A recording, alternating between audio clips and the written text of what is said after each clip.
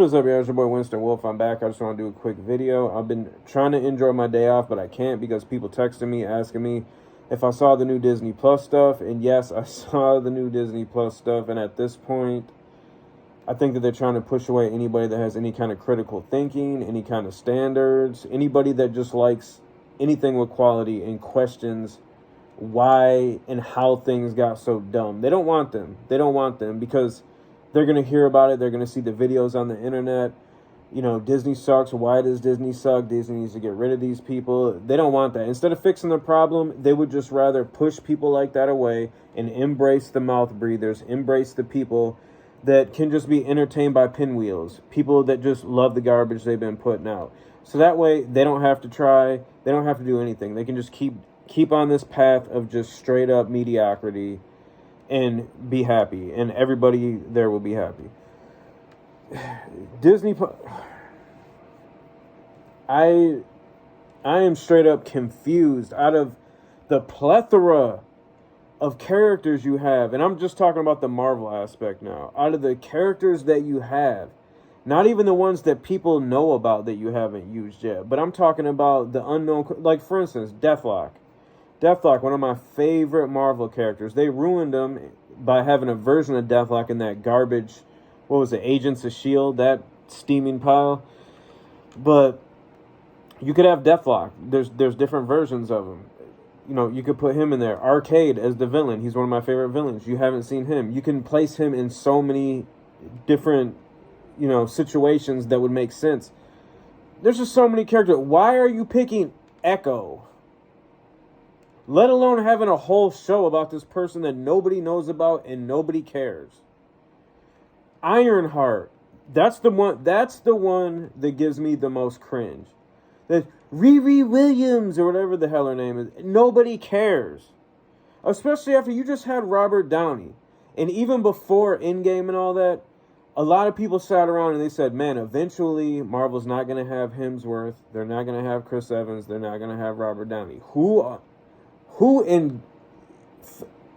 you going to get to replace these people? That's like trying to replace Christopher Reeve as Superman. They still haven't been able to do it. Still to this day. But you're not even going to try. You're going to bring in Riri. There's just so much cringe around that. What else? The Secret Invasion. Yeah, let's have something else that's directly Captain Marvel related, because that was such a home run. I don't care if you made $1 billion. I don't believe those numbers anyways. Although I do know some dumb people that actually like that movie, but not enough to where you can sit there and say, yeah, it's a multi-billion-dollar movie. I don't believe that. I don't believe that for one bit. That's just like saying Biden's the most popular president in U.S. history and had the most votes. I don't believe it. Show me receipts.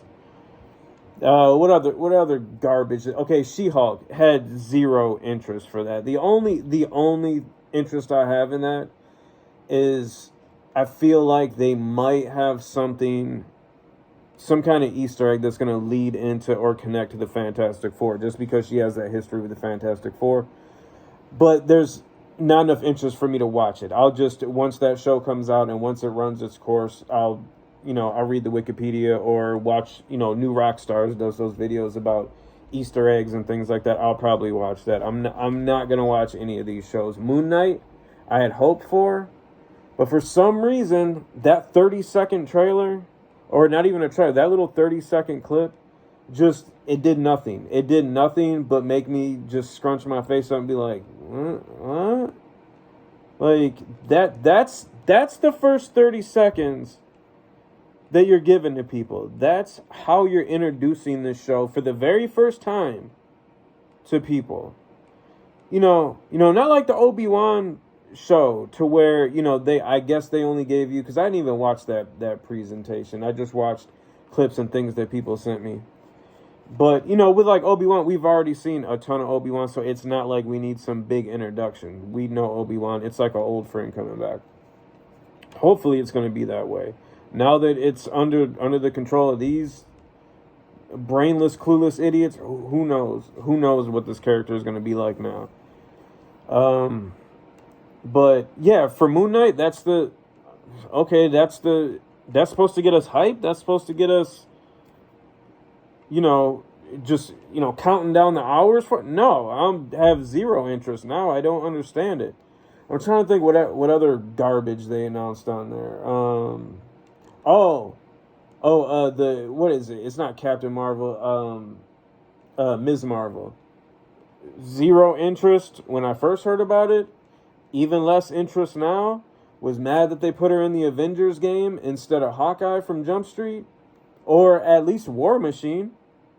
But no, and then you play the campaign. You're forced to play as her.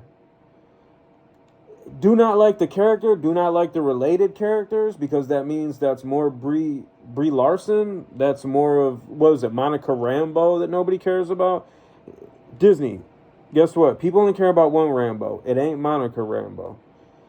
I'm trying to think what else. And then there was just a ton of garbage children's shows and stuff for just women that watch those garbage, those like romantic comedy shows. Because somebody gave me their Netflix password, and I was just scrolling through some of the shows and stuff last night, and my God, this isn't Disney Plus, but I'm just drawing the connection of people that they're making shows for. But on Netflix, the sheer amount of these weird, like, romantic comedy sitcoms that have, and you watch the little preview and it's clearly fake laughter that's piped in.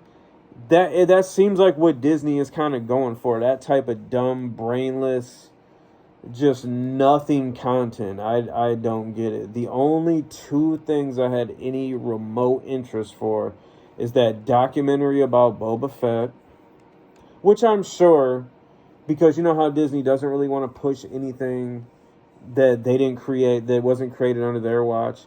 I'm sure it's going to be real bare bones. I'm sure it's only going to be an hour long. It's not going to be a true documentary. And then, of course, the Obi-Wan show, which I am so apprehensive about, and that makes me sad, because I'm looking forward to this, especially Hayden Christensen coming back playing Darth Vader. But it just makes me sick that I'm not excited as I should be for something like that. I've never abandoned Star Wars. I'm not like these other, I don't know, what do you call it, YouTubers, content creators that just like, yeah, Star Wars sucks and we're glad. Da, da, da. It's like, why? Why are you glad that Star Wars sucks? Wouldn't you want it to get better? Wouldn't you want it to get back to something that inspired you, something that you love? But no, you don't. You just cheer it on because you have something to complain about, because you have no other content. You have nothing else to talk about. You're a nothing, worthless human being. But that's pretty much it. Disney Plus Day. Wow, really? If they thought that was going to compare to any of the DC fandoms, Disney, you are sadly mistaken. And we're not surprised, because you've been way off since Jump Street. Disney Plus Day, it was a popcorn fart. That's it.